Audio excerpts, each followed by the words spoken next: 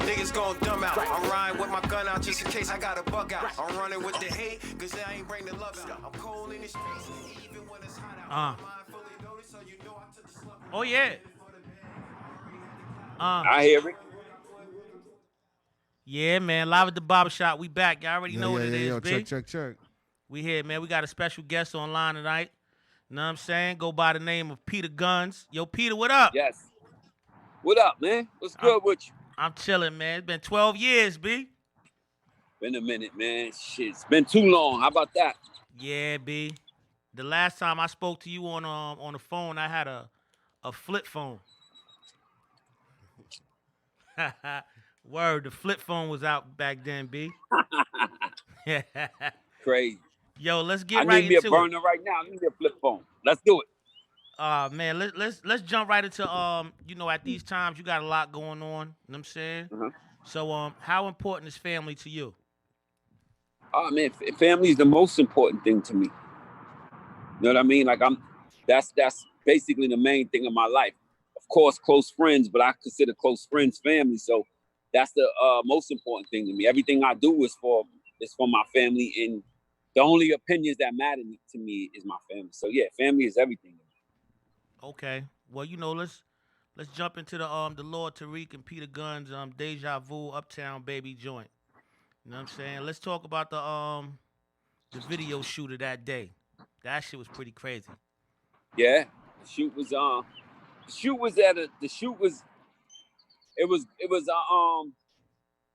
interesting day. Mm-hmm. Because at that time, Sex Money Murder was on fire. It's a blood set in the Bronx. Everybody's familiar with Pistol Pete and the whole Sex Money Murder thing. So at that time, it was a billion of them around us because they from Soundview, they from our hood. Mm-hmm. And they were on the set, draped in red, standing on roofs. It was very hostile shoot. Mm-hmm. Family though, freezing, but they all showed up. Big Pun came out, and we made the video that we wanted to make. Mm-hmm. Yeah, it was a good day. Then we shot some of it over at Shea Stadium and faked like it was Yankee Stadium, but anybody from New York knew we was faking it. Oh shit! I ain't even know. I ain't gonna front. Yeah. Shea Stadium seats are orange. Yankee Stadium's are blue. Okay. So when they said we're gonna fake like it's Yankee Stadium, because Tariq and I are from the Bronx, of course we rock the Yankees. It didn't cross their minds to make sure they didn't show the seats. And they showed the seats, and everybody's like, yo, that's Shea Stadium. Anybody from New York knew that was Shea Stadium. Yeah, but it was a good day, man. You know, a lot of celebrities came out for us. A lot of our friends came out for us. And it was like about time moment for me. Mm-hmm. Finally, we were in position to do make some money and put out a video that we, a major video. That was Chris Robinson was the director. It was his first big video. Okay. And he always reminds me of that every time I see him. So I'm like, yo, remember that when you're shooting a movie. Don't forget about your boy. Yeah, I spoke to your boy this morning, Will Trax. Willie White, baby, Willie White. Will, traveled the world with Trax. We had Trax on the road with us way back in the day. So we already saw the potential in Trax, and Trax would be in the studio throwing ideas. Trax is a mastermind when it comes to party joints and call and response, and he's always been that way. Okay. You know, if we put Trax out on with the DJ to warm it up, he could potentially steal the show from anybody. He's that good with call and response, and one time I went in the club and he was saying, "Do it on the table. Come on." Just, stand on the chair, and people was getting on the fucking chair doing some crazy whatever he say, they do. That boy definitely got a talent. My brother. Will, I just what sent up? him a record to get him. I just sent Trax a record for us to do. Okay. Yo, so if you would say, yo, you know what? This is the best era in hip hop for Peter Guns, what would that be? 90s. Okay. It's hard to say early 90s or mid 90s or late 90s or early 90s. It's hard to say, man, either one. I thought the 90s See, the 80s was awesome, but the 80s set it up for the 90s. Uh-huh. The 80s set the 90s up. So although it's hard to argue with Big Daddy Kane and Rakim and Run DMC and LL and, you know, all the early 80s stuff, it's hard to argue with that. But when you hit them 90s, boy, woo, Yeah. it gets serious. It gets serious. So yeah, so I'm going with the 90s. All right. Yo, you remember your first rhyme you wrote? That's a hard one right man. there. Yeah. You know, it's funny because I was listening to a Cold Crush tape, and the Cold Crush got a routine where they say it's 1981, and before the year's done. And I remember that was the year, because I was a big fan of Grandmaster Caz and the Cold Crush. That was the year I said, I'm going to write me something. So I wrote me something. I was the Capricorn kid back then. Awesome. That's pretty dope right there. Call me Capricorn kid or plain old P. Either way you add it up, it equals me. Keep going. Keep going. I remember all of it. But I know that. If you sat back, you know what I'm saying, in the middle of the night and my closed your eyes. mother was mad. I know this. My mother was mad at me. Can you hear me? Yeah, we hear you. My mother was mad at me because I said our phone number in that rhyme, and all the little girls start calling the crib because I said the rhyme at the block party. So it was 991-4433. When you call my house, ask for PDP. So you did the Mike so the Jones. phone used to ring off the hook. Huh? You did the Mike Jones before that shit even started. I did so much shit before it started. Yo, one of these days, and this is a true story, I'm gonna start telling people that see me in person to start telling everybody what you told me. From Kim Osario to the, Black Ink Crew, to a lot of people that will come out and be like, yo, if it wasn't for Peter Guns, we doing a live the other day. Just Blaze got on and said how much me and Tariq inspired. He was in the studio. When we did Deja Vu, he was like the engineer. He worked at the studio.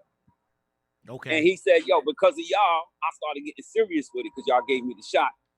So it's a lot of those little things. But, I don't take credit for that, because if nobody gave me a shot, I wouldn't be here talking about it to you, Facts. So it's just one of those things that we have to do. We all have to do that for one another, man. Like help each other out. I just hate when everything got a hook to it. Like if you say, yo, Guns, I need this joint. I want to play this joint I think this would be a good joint to play for, say, Jay-Z. You got a line on Jay-Z or somewhere I could get him this song, and I say, yeah, I'll send it to him. If I made that connection for you, that's between you and him. That's a fact. I hate people that gotta say, yo, I get it to him, but we'll send it from me. You know what I mean? Fuck that. Like everything don't have a price. You know what I mean? Unless I say I want to get involved and you want me involved, but if it's just passing something on for you, and that's what we got to stop doing. We gotta start helping each other, man. Yo, that song that you did, Never Gonna Be Alone.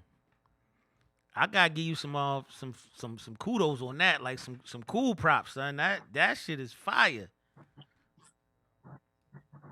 Which joint?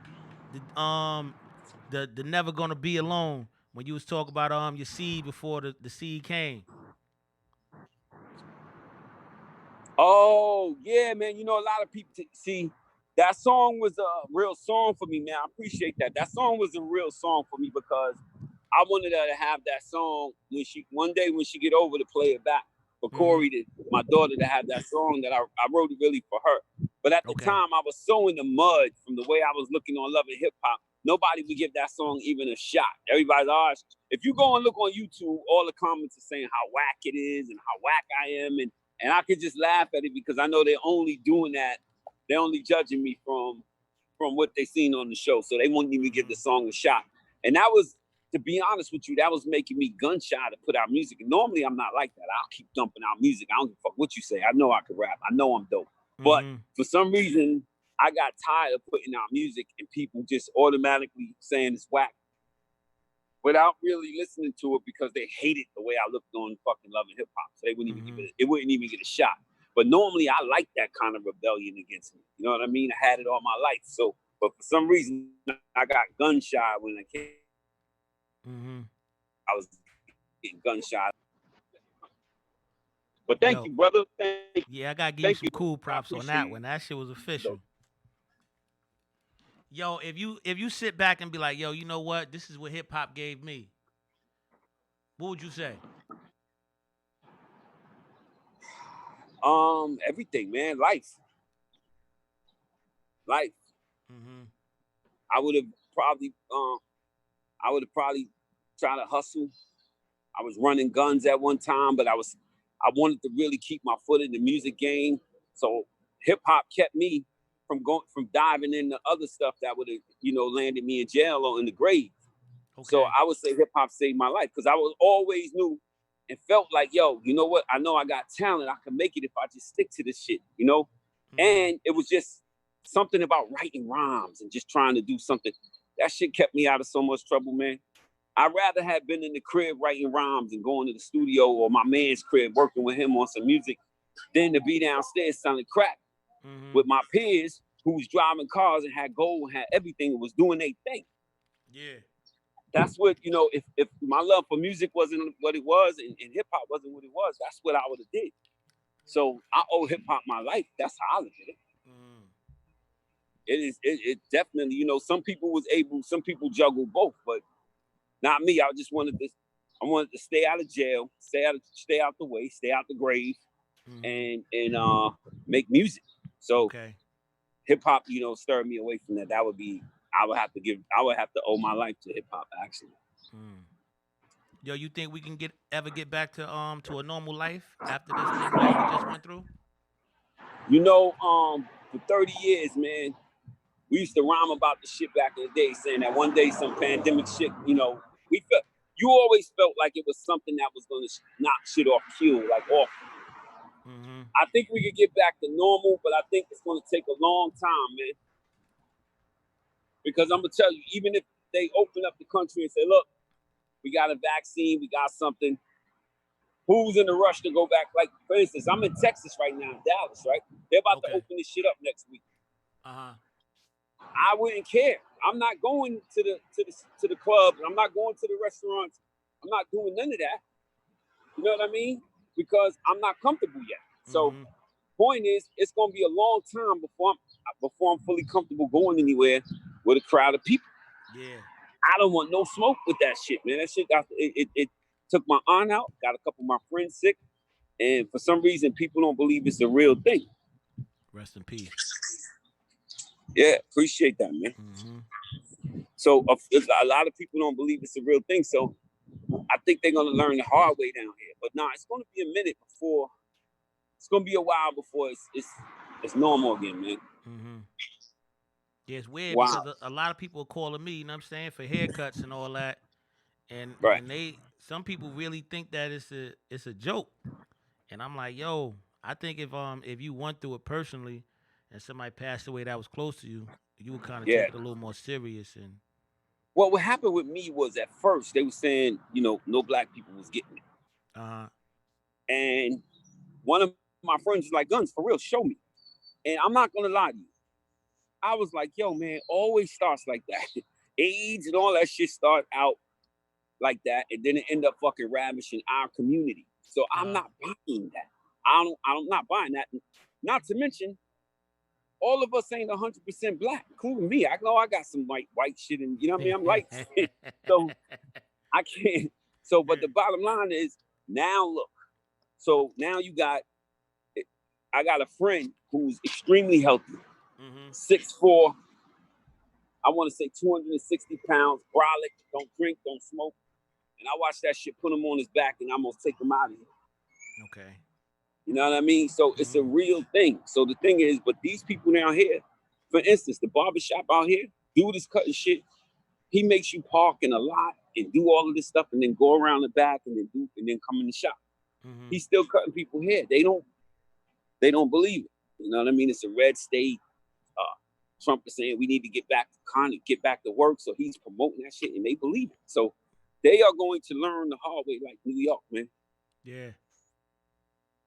I won't be in this. Look, I'm not saying I can't get it, but I won't be in there. And my true opinion is it's probably we probably gonna all wind up with it some way, somehow. I think that's the only way the only way you're gonna be immune to this shit. The only way things will go back to normal is once you get it.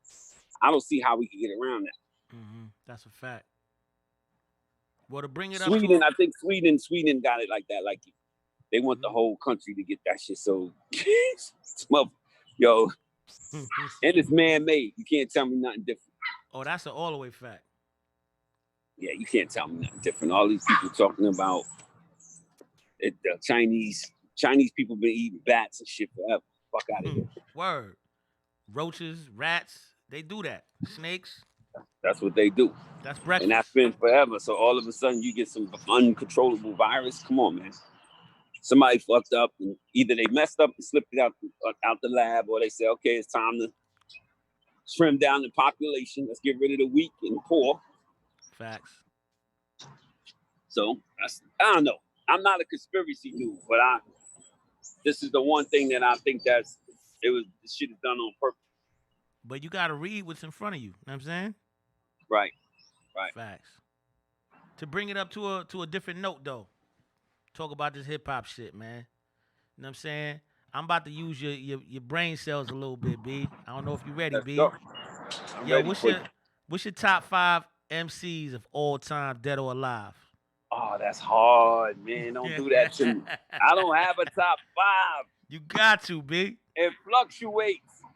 I bet you got to remember, you got hard, from day one to right now, so you got to exit out a lot of dudes that was your top 5 in 84, and then the 90s and the 2000s. Hard to do. It's again, look, it fluctuates. Because to say I name my 5, and then I'm gonna be like, oh, I didn't have, like.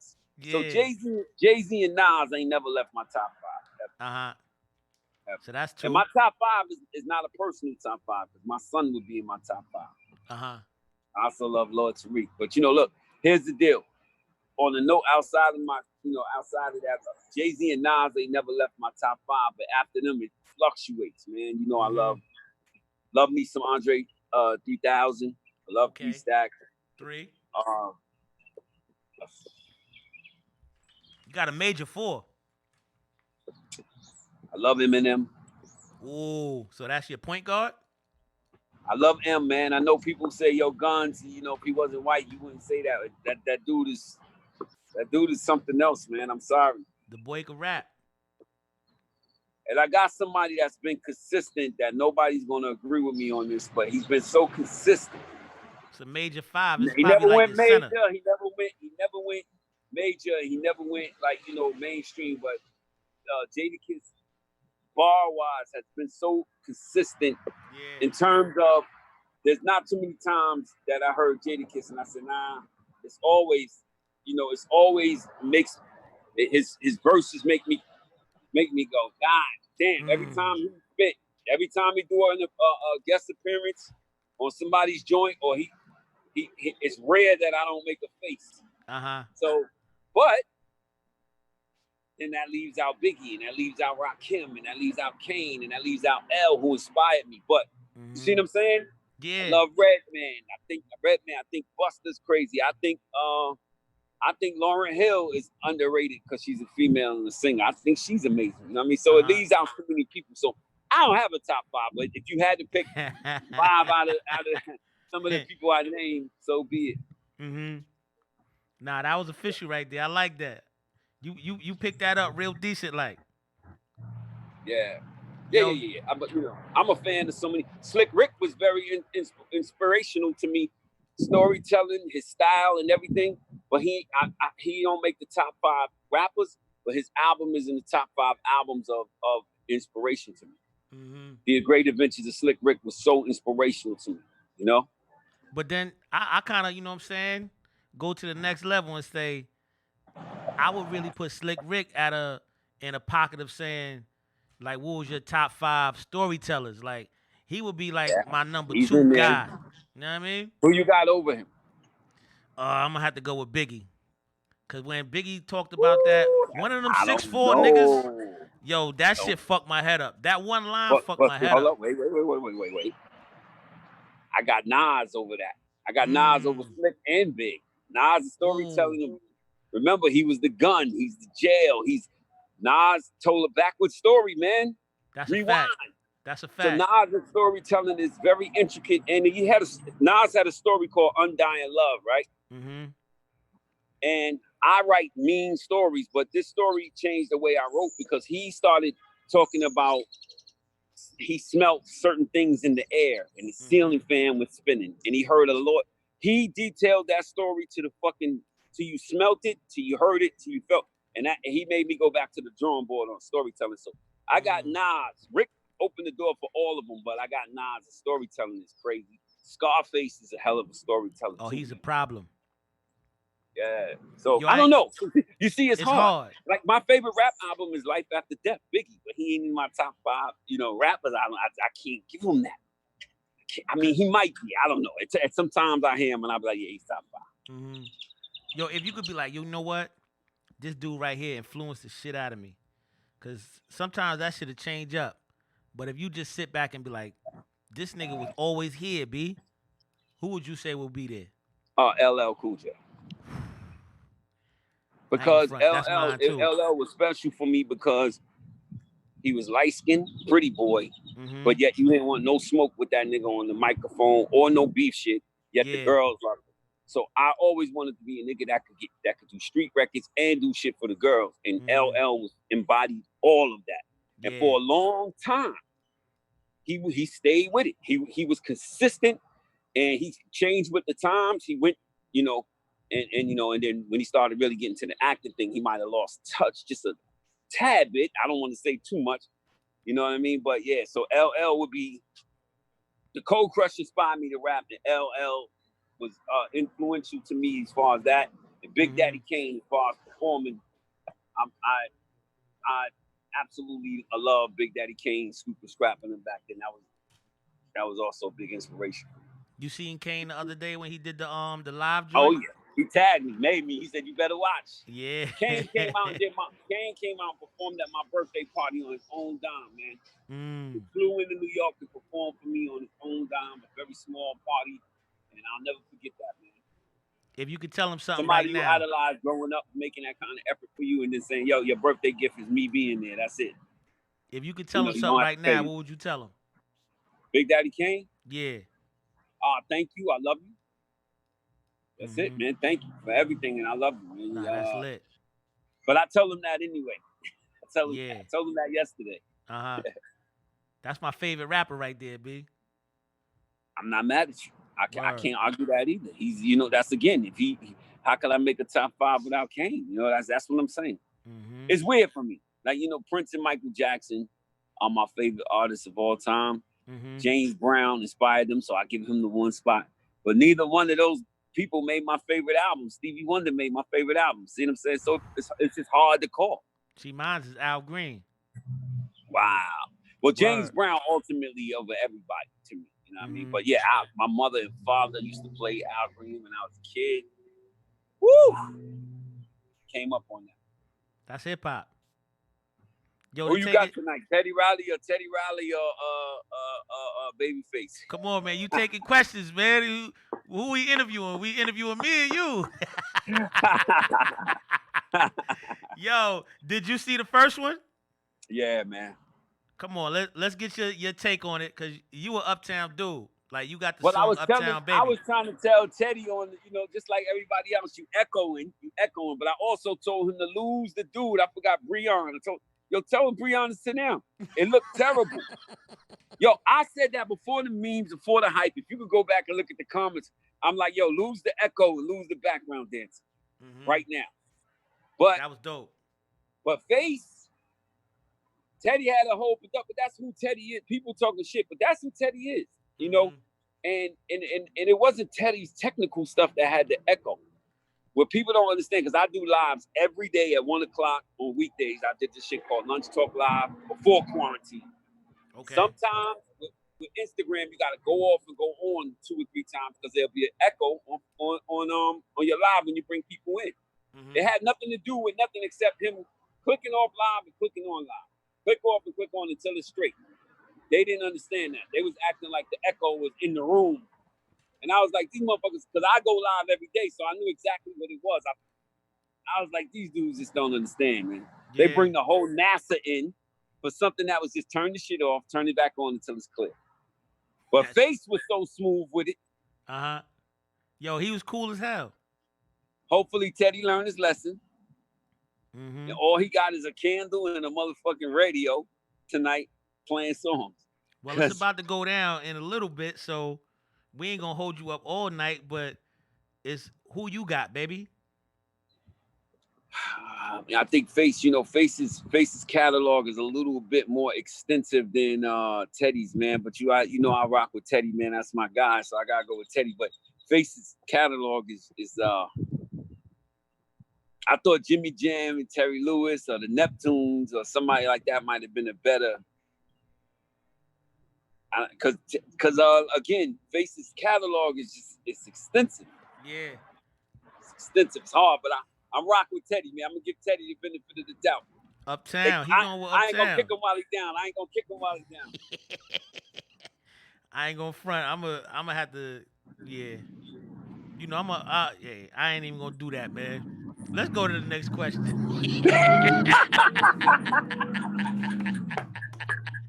Yo, you's a fly dude, B. You know what I'm saying? You's a very fly dude. I see you in many different occasions.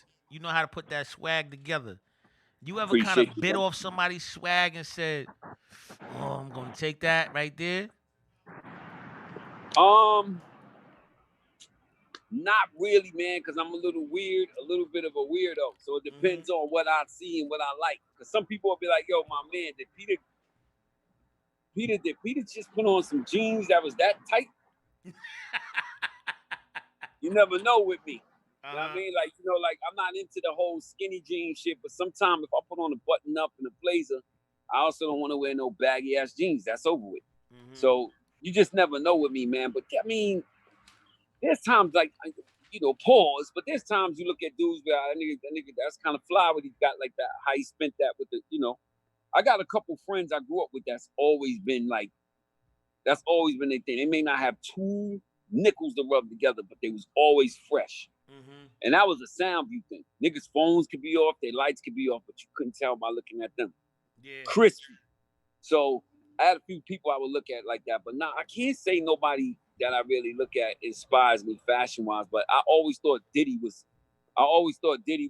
put it together pretty good as a hip-hop. I always thought Nas was always crispy. Certain people I look at, I'd be like, you be like, damn, niggas crispy, but never bit off their style, because one day I want to pick up a guitar and do some rock shit, and one day I want to do hip-hop. So, whatever you see me is whatever I felt like doing that day. Okay. You're talking about that guitar. I had on Tim's down here yesterday. They couldn't believe it. I had on Tim's in Dallas yesterday. Niggas was like, yo, it's 200 degrees, brother. Okay. I was like, y'all wouldn't understand it. Yo, you know what's crazy talking about that guitar? I cut Chaz Williams' hair for like a little over 20 years, you know what I'm saying? So that was my dude. I didn't know that. Yeah. Wow. That's my guy. R.I.P. to Chaz. So he told me one day, he was like, yo, I'm driving off, and Peter left his guitar in my truck, so I had to go back and give it to him. I was like, wow, I didn't even know that dude played guitar. Yeah, I really play drums, but I dibble and dabble on guitar, keyboards, and I play a little bit of everything, man. But I'm not a master at none of it, but I play a little bit of everything. But Chaz, rest in peace, Chaz, that was my guy, man. Mm-hmm. Me and Chaz used to talk for hours. Word. People don't know how funny Chaz was, man. But his funny was different, because you don't know if you should laugh or not, but then he hit you with that. Yeah. Yeah. Word. He said, yeah, Peter left that guitar in my truck last night. I used to go out to Black Hand Studios out there in Jamaica. Uh-huh. Hang out with him, man, and talk to him for hours, man. Mm-hmm. We took a flight to Miami one time, and when we got off, he was like, he didn't like that I would always move around by myself.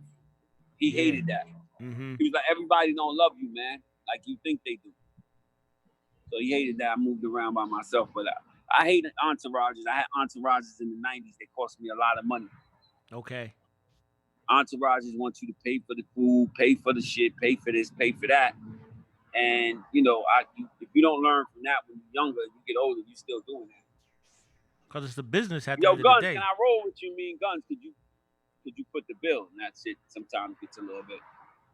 Could be a little bit. What? Weirdest thing. But you see something? You see something? Tell us what you see, baby. Well, what I just saw was a nigga with a fucking Confederate flag truck just stopped, just stared at me. I don't know what that was about.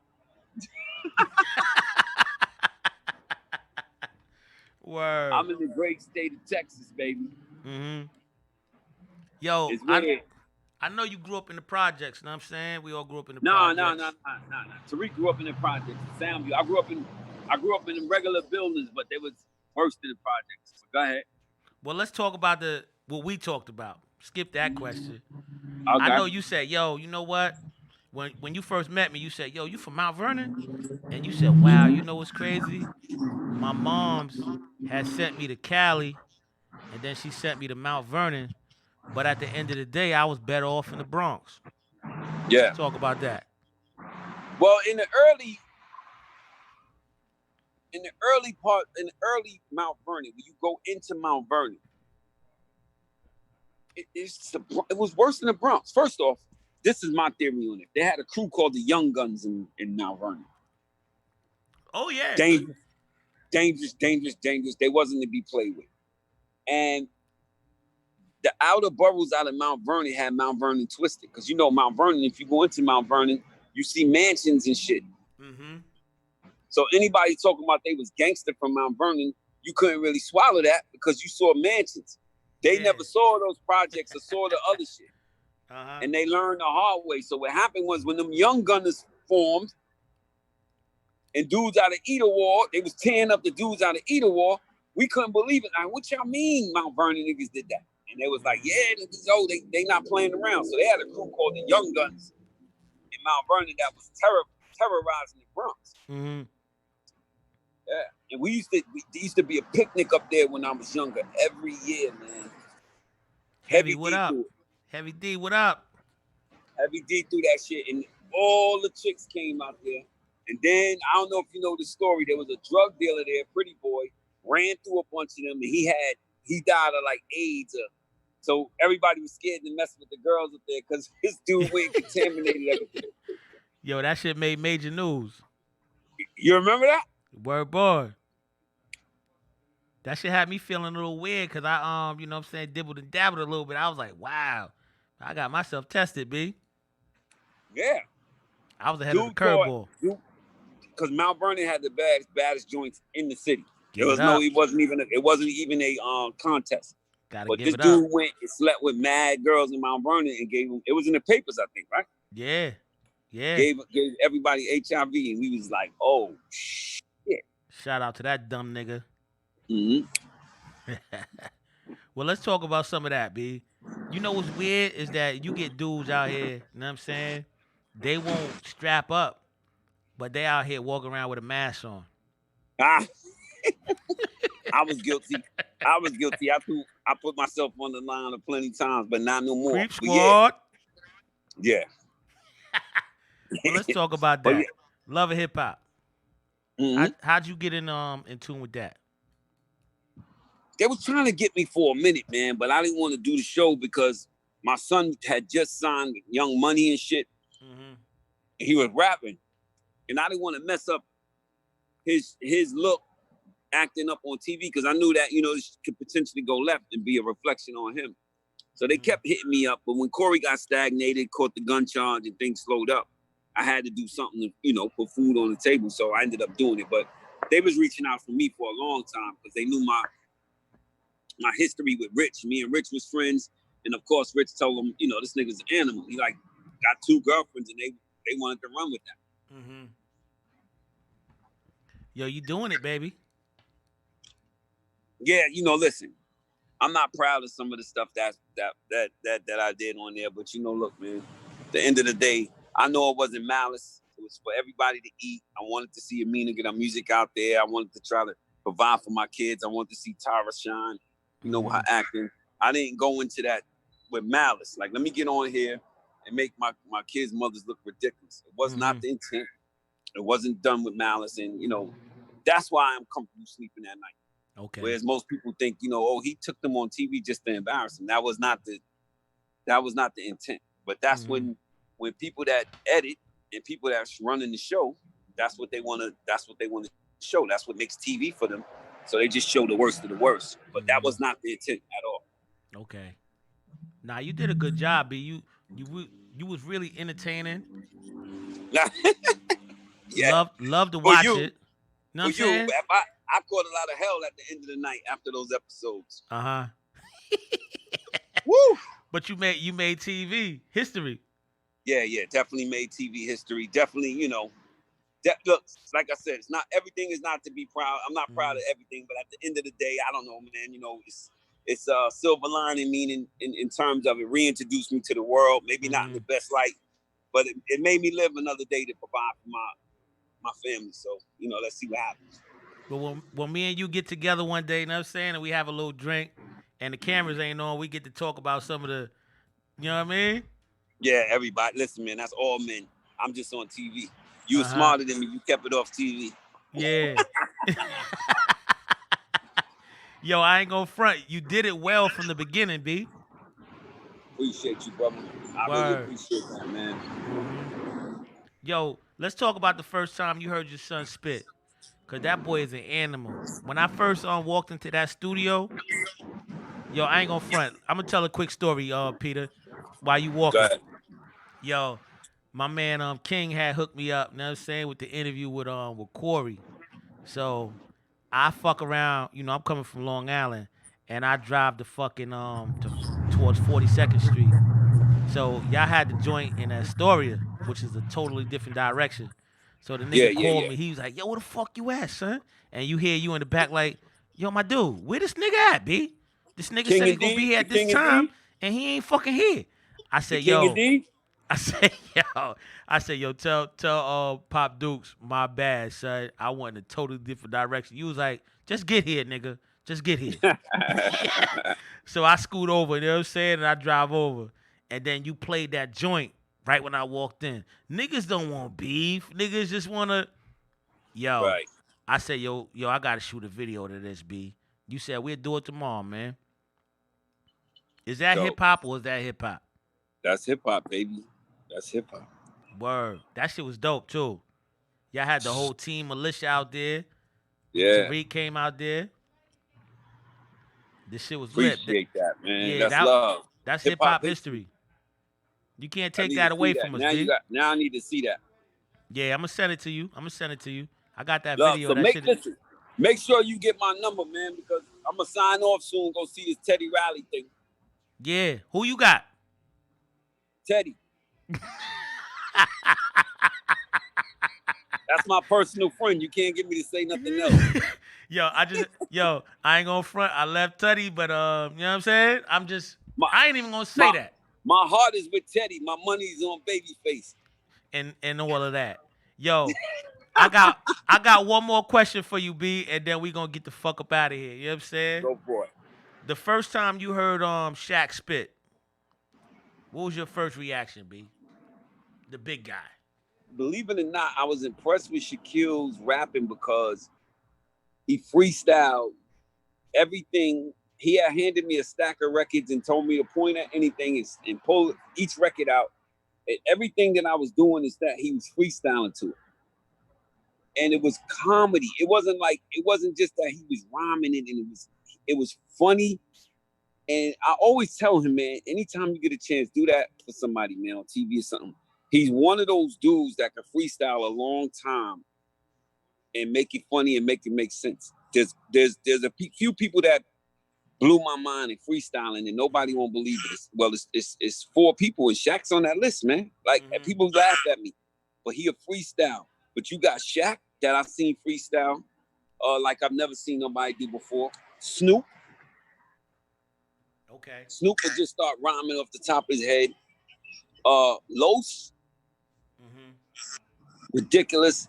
And Eminem probably at the top of the tier because I seen him do that fast thing freestyling. Okay. You know what I mean? And what I mean by freestyle is whatever is walking by. And when I met Eminem one time in my life, and I was in a hotel, and as I was walking by, there was a crowd around him, and he was freestyling. And I remember when I was walking by, I heard him say, "That's like going uptown, like Peter Guns and this and that." And I looked back because I didn't even think he would know who I was. And he said something, "That's like going uptown, baby, like Peter Guns." And he kept going. Never looked at me, never nothing. And I looked back and said, "Yo, did he just say my name?" You know what I mean? And I thought I was impressed because he was freestyling and just threw my name in that shit real quick. So you got some people that's nice with that. And the answer to your question is, Shaq is one of those. I swear, people think that's because he's my friend. But if you ever get a chance, say your gun said you freestyle, that you could freestyle or anything, and just start, just pull out whatever you got, just point at it, and if he in a good mood, because when people ask me, is Shaq cool? I said, if you want the best reaction from Shaq when you meet him, don't ask him no basketball shit. Talk about hip hop. Talk about his albums. Talk about, yo, I like the joint you did with Pun. And you'll see a different reaction if you say something about basketball. He made Iggy. Say something about hip hop, his music, and it's something that he did. He gonna stop and have a conversation. Oh, you like that joint? He gonna talk to you because he like, again, ball players want to be rappers and rappers want to be ball players. That's all the way fact. Yo, so don't hang up. I'm gonna just say my ending real quick. You know what I'm saying? This is Live at the Barbershop. You know what I'm saying? Y'all already know what it is, man. We done brought y'all Peter Guns. You know what I'm saying? This is a movement, B. So I want everybody to get in tune to this shit. You know what I'm saying? Yo, around here, we like to say, if you build a tight foundation, your roof won't collapse. Yo, Peter, if we can get like a drop, you know what I'm saying? A little Live at the Barbershop, whoa, whoa, whoa. How will we do that? But you want me to do it now or you want to do it? Yeah, you do it right now. All right. You ready? We ready, baby. We waiting on you, champ. What up? What up? It's your boy Peter Guns. You already know. We live at the barbershop. I know y'all quarantined, but I'm at the barbershop, baby. I'm getting a fresh baldy, talking about some real shit. You know what it is. Live at the barbershop. Stay up. Oh yeah. Yo, Peter, man. I'ma get in tune with you. You know what I'm saying? We gonna stay up. When you in New York, we gonna get some Henny. You know what I'm saying? We gonna do what we do. You know what I'm saying? My man, I like that. I'ma send you that joint. You know what I'm saying? Do that. That niggas don't want beef. Niggas just wanna woo. Bye. Shout out to Corey Guns. We gonna ride out. Yo, love you like cooked vegetables, boy. You already know. Salute. Hey. Dumb out.